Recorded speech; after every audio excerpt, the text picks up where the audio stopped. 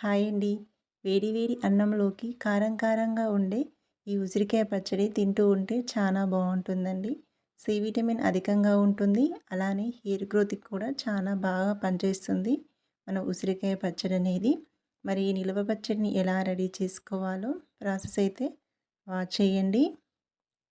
వీటి కోసం ఇక్కడ నేను చిన్న సైజు ఉండే ఉసిరికాయలు తీసుకున్నాను. ఎటువంటి డ్యామేజ్ లేకుండా చూసుకోవాలి. అలానే అన్నీ కూడా ఒకే సైజులో ఉండేలా చూసుకోవాలి. ఇక్కడ ఈ ఉసిరికాయలను వాటర్లో పోసుకొని డస్ట్ అంతా తీసివేయాలండి. ఆ తర్వాత ఒక క్లాత్లో పోసుకొని అన్నింటిని కూడా తడి లేకుండా బాగా తుడుచుకోవాలి. ప్రతి ఒక్క కాయను కూడా బాగా తుడవాలండి. ఏమాత్రం కూడా తడిగా ఉండకూడదు. ఇలా తుడుచుకొని ఒక 2-3 నిమిషాలు ఫ్యాన్ కింద ఆరబెట్టుకోవాలి. అన్నీ ఇలానే తుడుచుకోవాలి ఉసిరికాయల్ని. మసాలాల కోసమని స్టవ్ మీద ఒక గిన్నె పెట్టుకొని ఇక్కడ నేను 1/2 టీ స్పూను మెంతులను యూజ్ చేస్తున్నాను. ఈ మెంతులను దూరగా వేయించుకోవాలి. అలానే ఇందులోకి పెద్ద సైజు స్పూన్ అయితే జీలకర్ర వేసాను. ఈ జీలకర్రను కూడా బాగా వేంపుకోవాలి. అలానే ఒక 2 స్పూన్ల ఆవాలు వేసుకొని వేంపుకోవాలండి. ఇవన్నీ కూడా ఈ ఉసిరికాయలకైతే మసాలాలు సరిపోతాయండి. ఇక్కడ నేను ఉసిరికాయలు వచ్చేసి ఒక చిన్న సైజు బౌలు ఉండేటువంటి ఆ బౌల్తో 4 కప్పుల ఉసిరికాయలు తీసుకున్నాను. వాటి కోసం ఈ మసాలాలన్నిటిని కూడా ఇలా దోరగా వేయించుకోవాలి. ముందుగా మెంతులు వేయించుకొని ఆ తర్వాత జీలకర్ర ఆవాలను అన్నీ కూడా బాగా వేయించుకొని చల్లారాక వీటినైతే గ్రైండ్ చేసుకొని పౌడర్ పక్కన పెట్టుకోవాలి. ఈ కప్పు నిండా నేను ఉసిరికాయలు తీసుకున్నానండి. ఈ కప్పుతో నేను 4 కప్పుల ఉసిరికాయలు తీసుకున్నాను.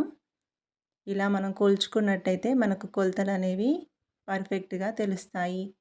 ఈ 4 కప్పుల ఉసిరికాయలైతే వీటికి నేను 1 కప్పు కారం, తలగొట్టి కప్పు ఉప్పు అయితే తీసుకోవడం జరిగింది. ఇలా అన్నీ కొలుచుకొని పక్కన పెట్టుకోవాలి. ఇందులోకి ఉప్పు కారాలు ఎలా తీసుకోవాలో చూపిద్దామండి.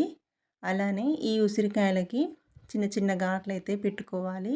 మనం ఆయిల్లో వేసినప్పుడు టప్ టప్ అని పేలుతాయండి. అలా పేలకుండా ఉండాలంటే ఇలా అన్నింటికి కూడా ఘాట్లు పెట్టుకుంటే మనకు పేలిపోవండి. లేకపోతే పేలుతాయి. కాబట్టి ఇలా అన్ని ఘాట్లు పెట్టుకొని పక్కన పెట్టుకోండి. గిన్నెలో ఆయిల్ పోసుకొని వీటినైతే మనం ఫ్రై చేసుకోవాలి ఉసిరికాయలను. ఇక్కడ నేను ఒక్కొక్క కప్పు యాడ్ చేసుకుంటూ వీటినైతే ఫ్రై చేశానండి. మనకు ఆయిల్ అనేది బాగా వేడిగా ఉండకూడదు. ఆయిల్ అనేది గోరువెచ్చగా ఉన్నప్పుడే ఉసిరికాయలు వేసుకొని స్టవ్ అయితే మీడియం ఫ్లేమ్లో పెట్టుకొని మన ఉసిరికాయలని ఫ్రై చేసుకోవాలి. హై ఫ్లేమ్లో పెట్టొద్దండి, మీడియం ఫ్లేమ్లో పెట్టుకోవాలి.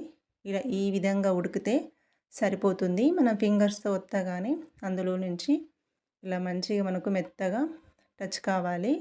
ఈ విధంగా ఈ కన్సిస్టెన్సీస్ చాలండి. బాగా బ్రౌన్ కలర్ వచ్చేదాకా ఫ్రై చేయకూడదు. ఉసిరికాయ అనేది మెత్తబడితే సరిపోతుంది. ఇలానే అన్నింటిని కూడా ఆయిల్లో ఫ్రై చేసుకొని పక్కన పెట్టుకోవాలి. మనం ఎక్కువ ఫ్రై చేస్తే బాగా మాడిపోతాయండి. ఈ విధంగా 1 బై 1 అన్ని ఉసిరికాయలు కూడా ఫ్రై చేసుకోవాలి. అదే గిన్నెలో మనమైతే మసాలాలను పోపు చేసుకోవాలి. ఇక్కడ నేను ఈ 4 కప్పుల ఉసిరికాయలకు కప్పున్నర ఆయిల్ అయితే యూజ్ చేశాను. ఈ ఆయిల్లో జీలకర్ర, ఆవాలు, ఎండుమిర్చి, పసుపు యాడ్ చేసుకొని మనం ఫ్రెష్గా దంచుకున్న ఎల్లిపాయలను మాత్రం యాడ్ చేసుకోవాలి. ఇవి బాగా ఫ్రై చేసుకోవాలండి.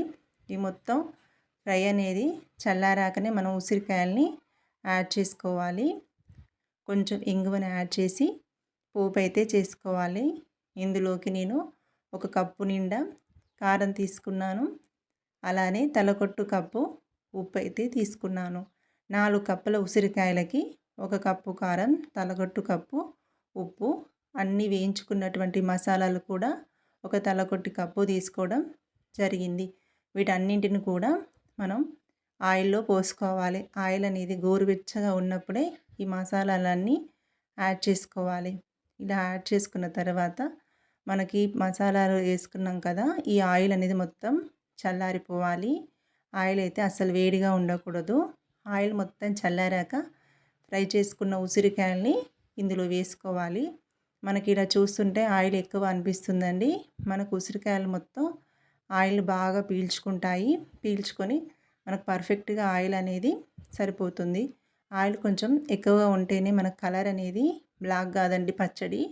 ఈ కలర్ అనేది బాగా బ్లాక్ అవుతుంది. ఈ విధంగా రెడీ చేసుకోండి.